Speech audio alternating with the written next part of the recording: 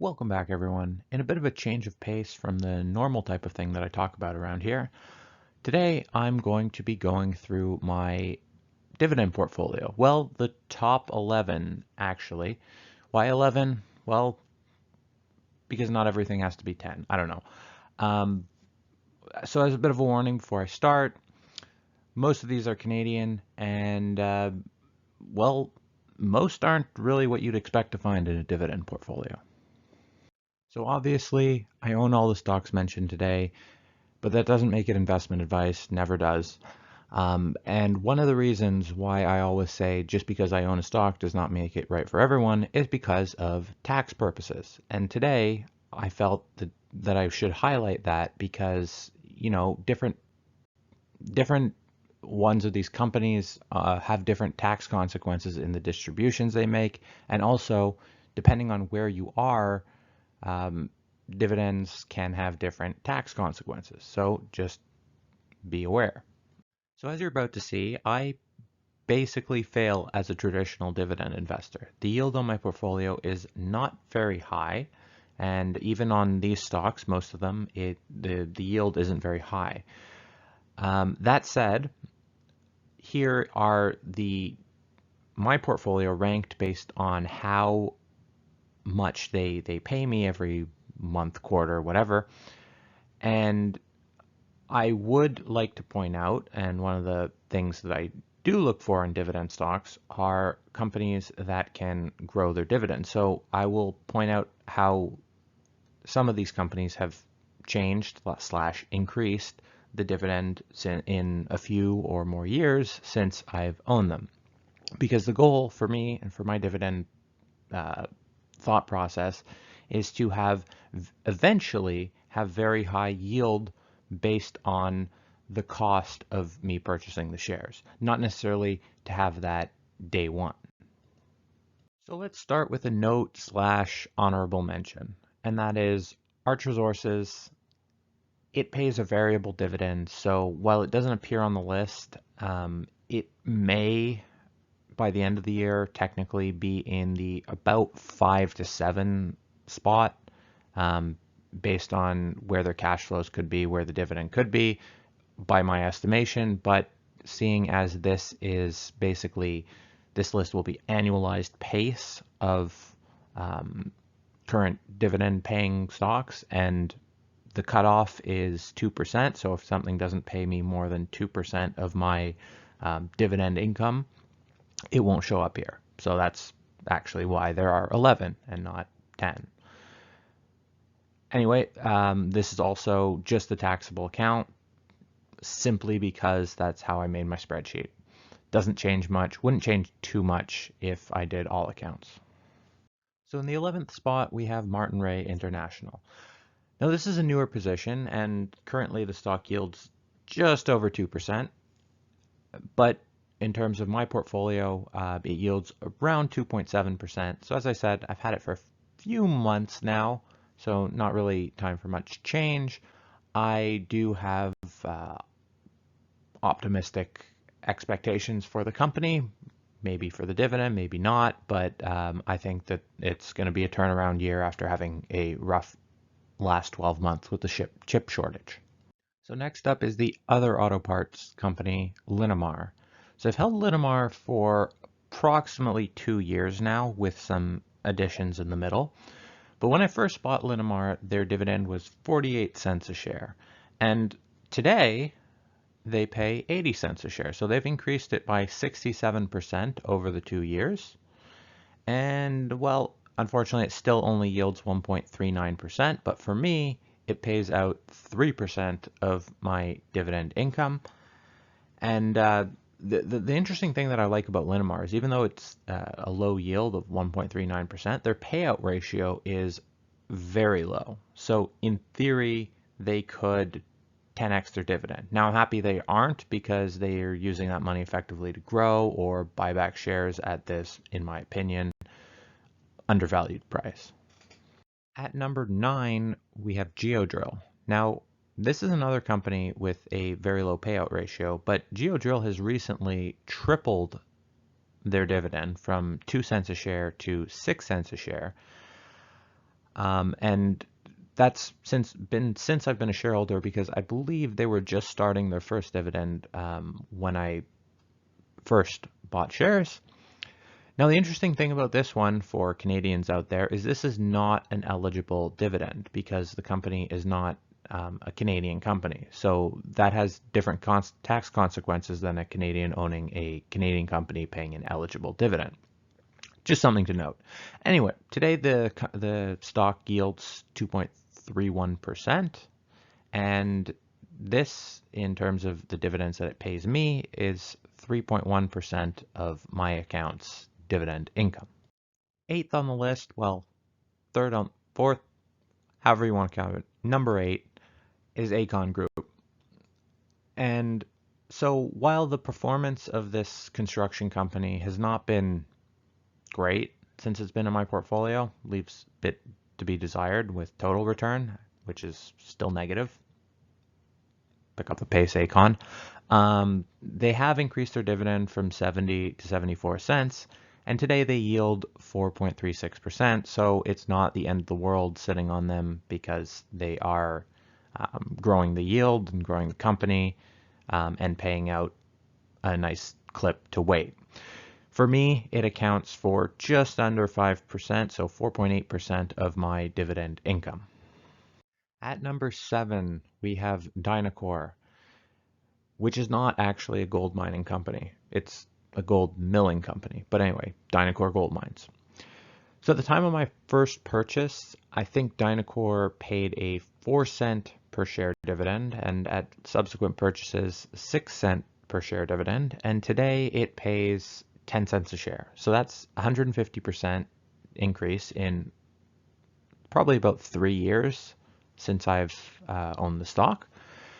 Not only that, but the balance sheet is very strong. The payout ratio is quite low. They pay out about a quarter of what they theoretically maximum could pay out. So I would expect the dividend to keep increasing over time. And today it yields 2.91%. I'm kind of thinking that if they bump the payout ratio up to probably a more reasonable 50%, it would probably help the stock, but we'll see what they want to do with the capital over time. If they could duplicate what they've done there, that would be fantastic. But anyway, they pay me 5.2% of my total dividend income. So in the middle of the list, we have my only pure play oil stock. And it's probably not your only pure play oil stock, and that is Africa Oil. So this recently initiated a dividend, and I'm guessing here, but based on my conversion number guess, it pays me 6.2% of my dividend income. Although if there's one on the list where I screwed up, it's this one. So number 5 on the list, we have a company that's oil adjacent, and that's Melcor Development. They're a home builder, but they focus in a location that is fairly influenced by oil.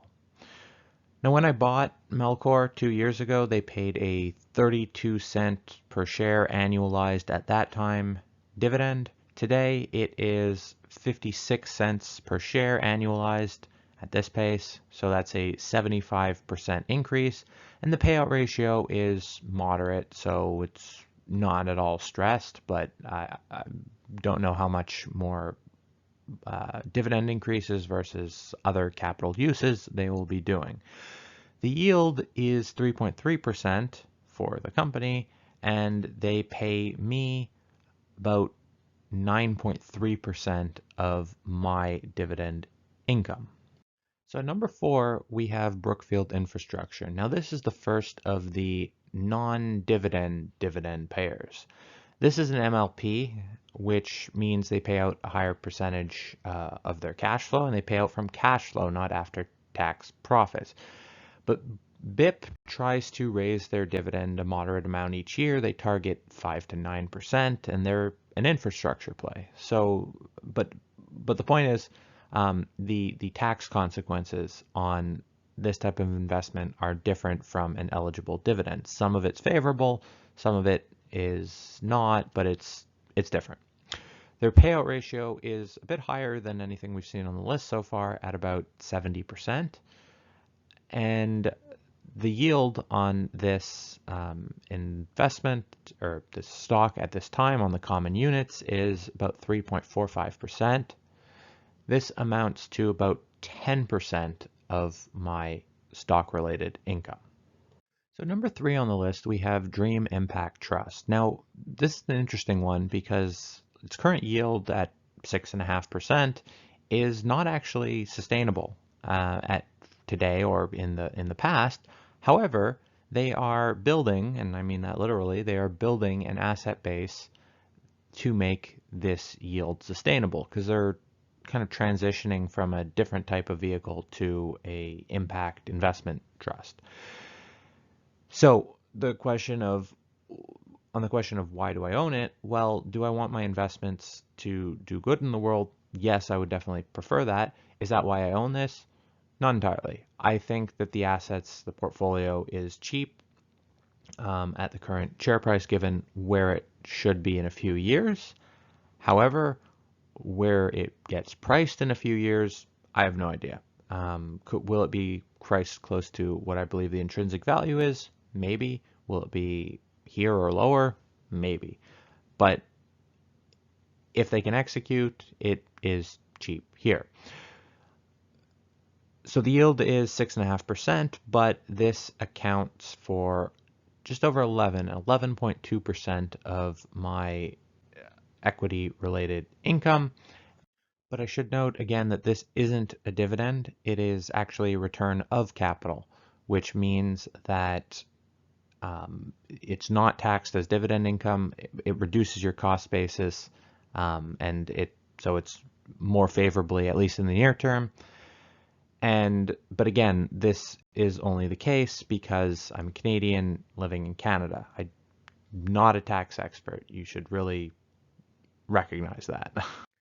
And the other REIT on the list is Artis REIT. And I think that they have increased their distribution by about 11% in a few years, going back to when they changed management and kind of took the fund in a different direction. So currently it yields about 4.5%, but recently they've been focusing on buying back shares because they've traded at a discount to their book value, net asset value, what have you. And so the buyback has had a more attractive yield than paying out the distributions. They amount to 16.7% of my income. Now, as a bit of an interlude before the top spot, I will note that today's winner obviously isn't Verde, which doesn't actually pay a dividend yet. However, if they pay a relevant size dividend, and I were to do this again in the future, they could easily jump to the top spot if they did that. And hopefully they do at some point in the future. The number 1 spot is the notoriously high-yielding Dream Unlimited. I think they paid out 24 cents a share annualized when I bought them, and they have raised their dividend to, I think, 40 cents these days, which is 67% raise in just over a year.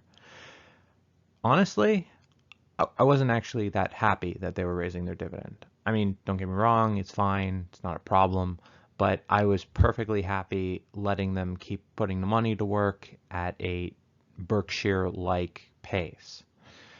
But today, Dream Unlimited pays me 17.5% of my dividend income.